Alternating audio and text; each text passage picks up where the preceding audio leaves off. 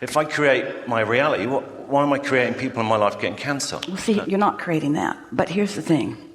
Those you focus on, those you live with, those you love, anything you care about, you put it into your vortex. And so it is part of your creation in that you have feeling responses to what's going on with that.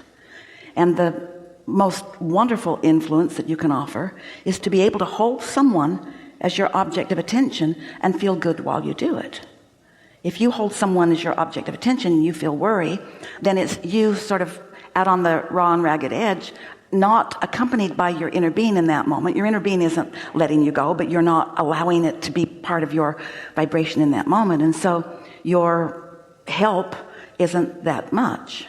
Let's talk about cancer for a moment, or any disease, anything that is unwanted that is growing.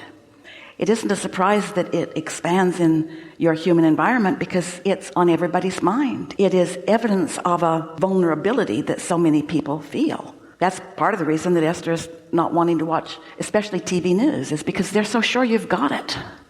And they just keep poking at you that you should go check it out. At first, Esther used to say, "You're not the boss of me." And then she would say, "Don't activate that in my vibration." And then she would say, "You're the reason for the increase of it." And then finally, she's understanding that there are unwanted things and wanted things everywhere, and it's up to her to focus and feel better. So this falls in the category of a person or a whole lot of people living with something that they don't want. And it feels like somebody should do something about that. In other words, somebody should find a way to stop the unwanted things. And what your inner being is saying to you is, in the living with something unwanted, you have asked precisely for the improvement of it. But you've got to find the feeling place of the improvement. It's so irritating to humans, this statement. "I'm bothered about this." Well, don't think about that. How irritating. How unkind. Just don't think about it, and it won't come to you. Well, how can you not think about something that's engulfing you or that's affecting you in strong ways, like bankruptcy or illness? We get it. It's hard not to notice what's happening. It's easier to keep yourself in alignment before it happens. But none of you said that. Not one of you said, "I'll go forth, I'll never have a problem, and I'll feel real good, and I'll create wonderful things." Not one of you said that. You said, "I'll go, I'll explore the contrast, I'll discover what contrast is, I'll make my choices, and then," in other words, you said, "I'll do step 1, step 2, and then I will do my very best to align with the wanted part of it." So we really want to say, we really, really want you to hear this. There is not anything that you can't shift to wanted if you understand that it's an emotional journey, period. And if you insist on finding good feeling thoughts, which means with cancer and bankruptcy and the death of someone you love and all those things that are really, really strong, which means you got to stay off those subjects because they hurt too much and they offer too much resistance when you focus on them. You have to find easy existing matches. You don't have to find good thoughts about cancer or good thoughts about war, or good thoughts about something that you have strong bad thoughts. You don't have to find good thoughts about that subject, but you have to give yourself the leeway to let the universe answer you by not standing in resistance all day, every day, because of the awfulness of the war, or the awfulness of the da-da-da-da-da-da-da-da. But how do you help people who've got it? I mean, obviously, they're my friends and I care about them. So how do I help them? Well, you can't help them by worrying about them, that's for darn sure. Imagine going to a doctor and he examines you and tells you what you've got, and he goes, "Oh my God, oh my God, oh my God, oh my God, oh my God, oh my God." Good luck with that.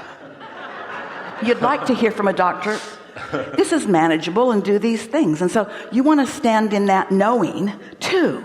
Because one of my friends he should have died 3 years ago, and he's still alive, and he's still alive, and he's still all right. Well, then clearly his balance of desire to be here is stronger than his desire to want to get out.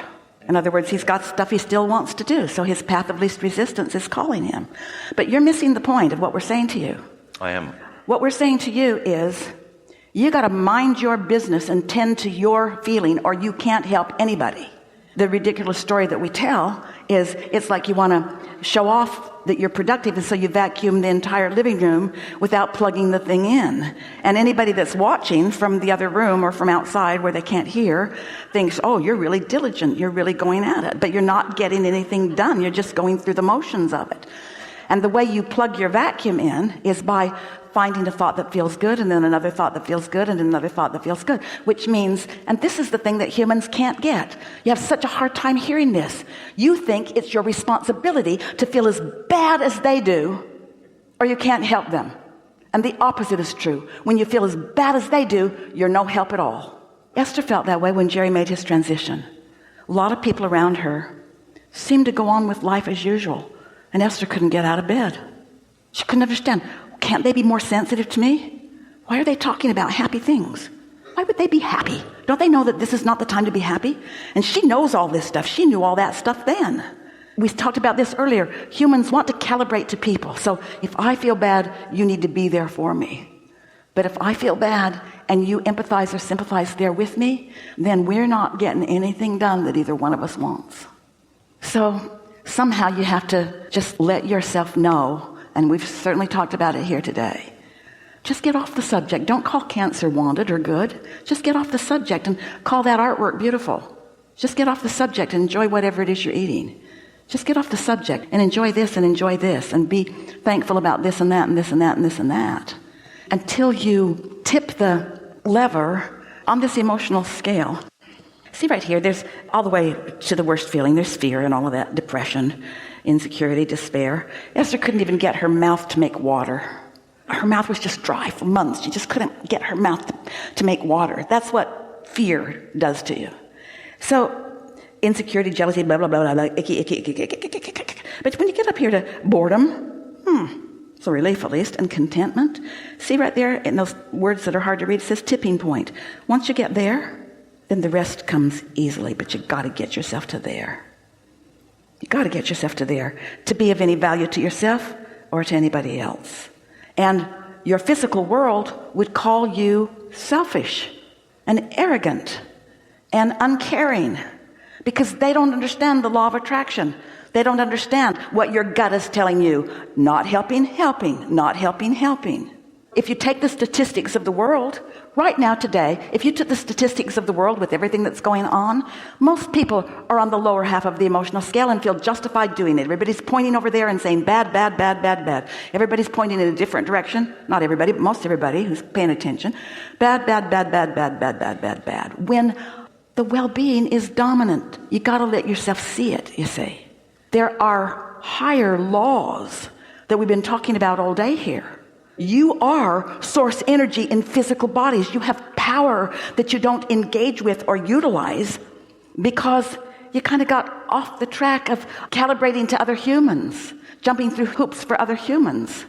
You ever tried to please somebody and you think you're doing good because you love them and you want them to love you. And so you just change yourself and you put the lid back on the toothpaste for the first time in your life and you pick your clothes up and you eat better and you exercise more and you're more polite to the waiter and you do all of these things that somebody wants you to do.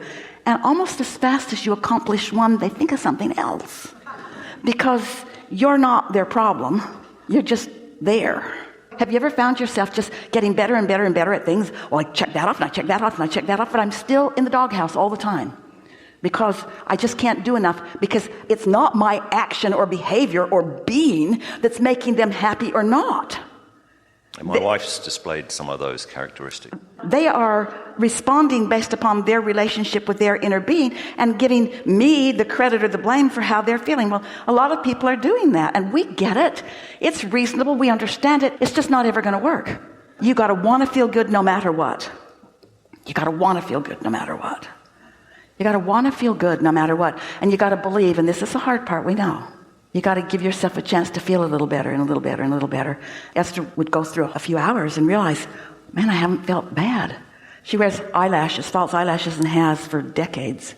She was wearing about 5 or 10 pair a day because she'd step on another landmine and get upset and cry her eyelashes off. And then one day she realized, I've had these eyelashes on all day long. In other words, I'm getting the hang of feeling good, not responding to something that doesn't feel good. And so you can blame somebody for feeling good when things around them don't justify it. Or you can understand somebody feeling good because they have a source energy and an inner being and a vortex who's calling them. And pretty soon, maybe today, maybe tomorrow, maybe later on, you'll come to realize that you're supposed to feel good. You're supposed to feel good. And when you don't, something is way off. And you can say, well, of course it's off. This happened or this happened. Yeah. But you have the capacity to focus yourself into alignment with Source anyway. That's what deliberate creation is. Don't you know it from your experience with others? Don't you know people? Esther says about Mark, he's always nice no matter what, even when I don't deserve it. He's always nice to me. Always nice to me. Now, he's practiced himself into that state of being. His niceness doesn't necessarily make Esther nice. Just like your feeling good might not make somebody else well. But he doesn't deviate from how he wants to be, no matter what's going on around him. As far as Esther knows anyway. He might be mean to everybody but Esther. Unlikely. You get the sense of what we're talking about? So you feel a little better or a little worse?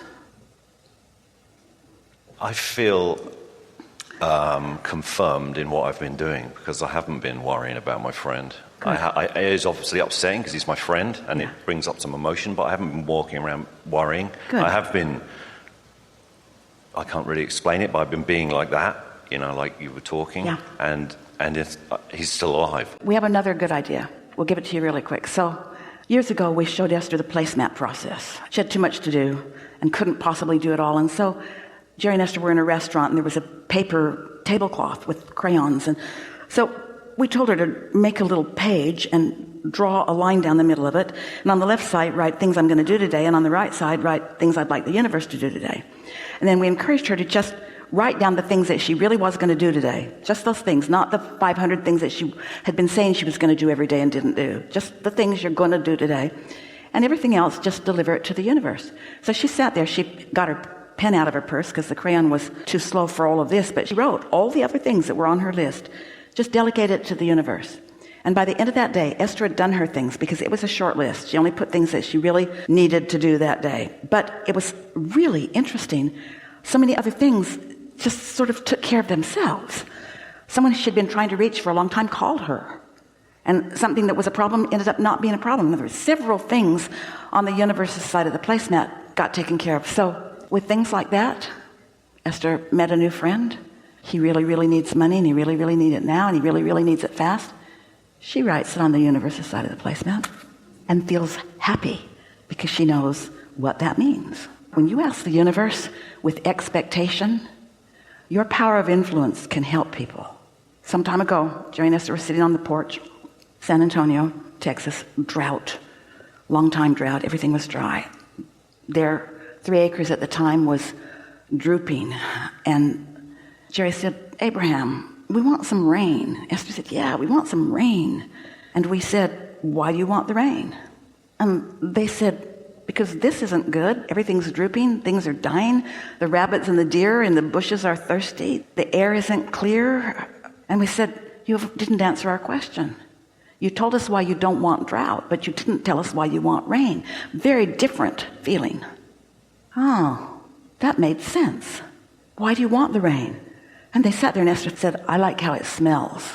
I like how the bushes right away perk up. I like the feeling of it on my skin. I like the feeling of it in the air. I like how the soil just absorbs it and likes it. I just like the life-giving well-being. In other words, it was easy to talk about why they wanted the rain. They just weren't in the habit of doing that. They were in the habit of not liking the drought. And that's really what we've been talking about all day here today, isn't it? You got to let your life help you define what you want. And you got to talk about that until you feel it. And then watch what your power of influence is when you join forces with your inner being who has zero resistance to what you want. It's powerful. Yeah? Yeah, thank you. Really good. Really good.